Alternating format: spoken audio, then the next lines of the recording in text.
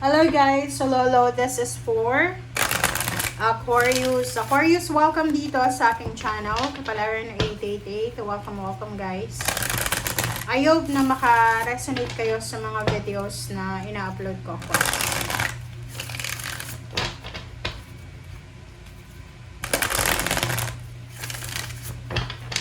Alright.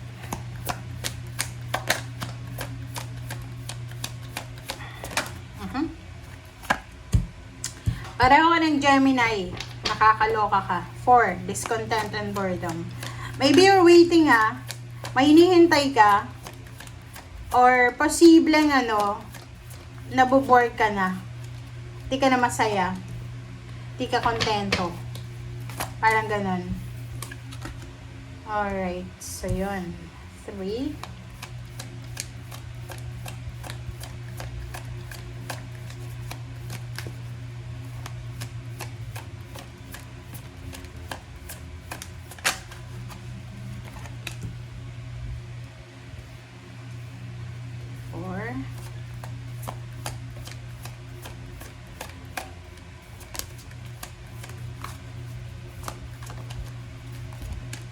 Triumphant success. Ano pa ba? Kumapa tayo ng isa dito guys.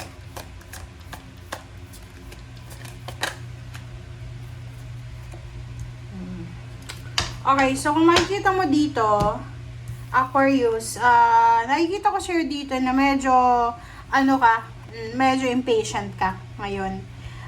Nagpapatayo ka ba ng bahay? Kasi eto, it's either nagpapatayo ka ng bahay, nagpaparenovate ka ng bahay,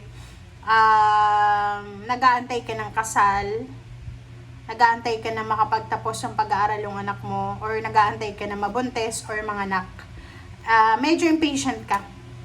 Natatagalan ka parang feeling mo ang tagal-tagal. Okay? So,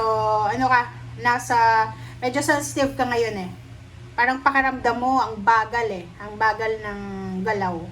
And kung makikita mo dito, 444 ito. So, sinasabi ng baraha sa'yo na kinakailangan mo daw na, kumbaga, balansehin yung isip mo. Okay? Kasi yung baraha mo na to, parang meron sa inyo na, hindi lahat ng Aquarius, pero meron sa inyo nakaka-experience na pakiramdam nyo, kahit anong kayod nyo, 'di ba? Kayod kayo ng kayod, pero parang walang resulta.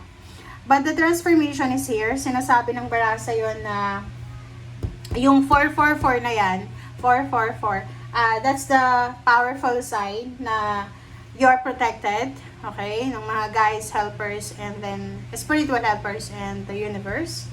And you are parang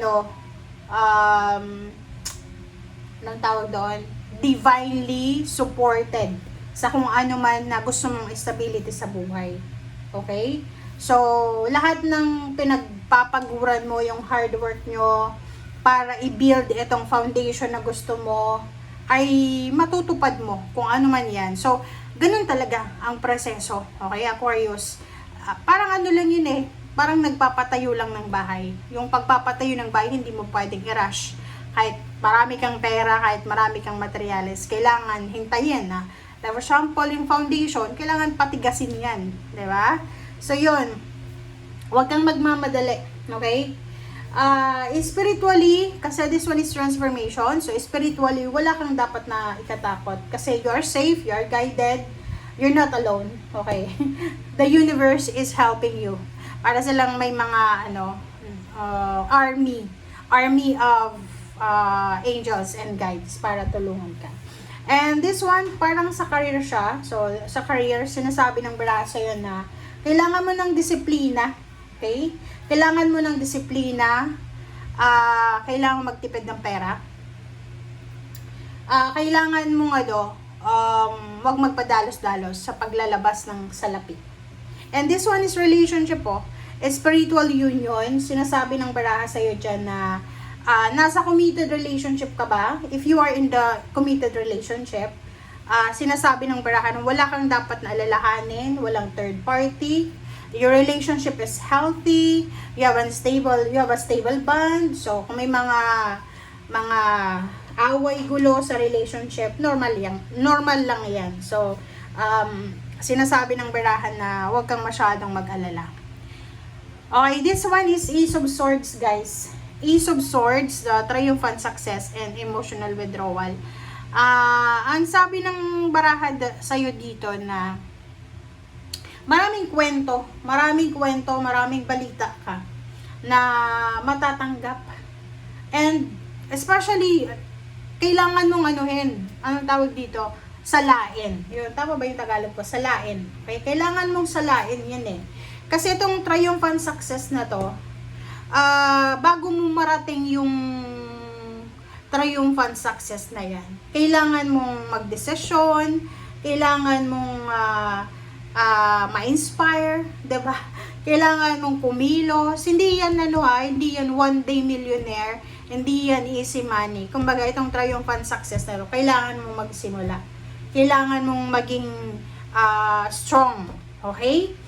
And emotional withdrawal, sinasabi ng barahan na if you are dealing with sa relationship siguro or trabaho, may mga tao na manipulative na related sa'yo or connected sa'yo, alisin mo yung sarili mo.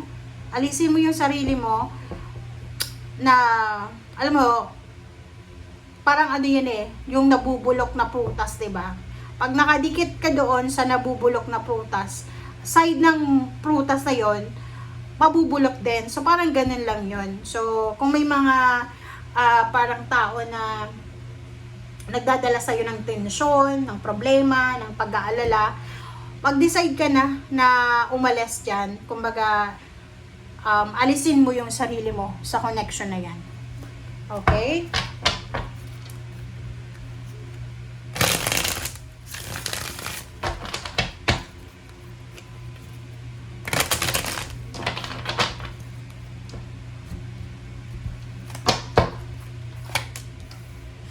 Alright, the Lovers, King of Cups, okay, 8 of Wands, 9 of Wands, nakakaloka ka, 2 of Pentacles, and then 5 of Swords. Okay, dito tayo sa Lovers. Diba kasasabi ko lang sa'yo, this is a major arcana, guys. So, diba kasasabi ko lang sa'yo kanina na sa relationship mo, wala kang dapat na alalahanin, okay? So, since this is parang anong tawag doon, in-emphasize niya, plus katabi niya yung King of Cups, sinasabi ng baraha sa'yo na there's a possibility na mabilis na pangyayari to. It's either ikaw or yung person mo, mayroon sa inyo na, yun nga, wala namang third party, pero meron na papasok sa buhay nyo na parang sisirain kung ano yung meron kayo sa ngayon. So, kailangan yung maging careful siya. Okay? Lalo kung lalaki ka na Aquarius, halimbawa lang to mag-iingat ka kasi there's a possibility na mapikot ka. Okay? Mapikot ka. Kung lalaki kang Aquarius mag-iingat ka kasi possible na may babae na sobrang gusto ka. Gagawa siya ng paraan para makuha ka. It's either sasabihin niyang ginalaw mo siya or whatever man. So, you need to be careful. Okay? Sa King of Cups naman, sinasabi ng baraha sa'yo dito na kailangan mo daw na kailangan mo ng kalma dito. Kailangan mong umiwas. Pag alam mo na yung tao, like may mga party, may inuman, may party. Alam mo pag may impluwensya ng alcohol, hindi mo alam kung anong mangyayari. So, kung may mga party dyan, na alam mo na andyan yung taong obsessed sa'yo, umiwas ka. Kasi napakabilis na ito, guys.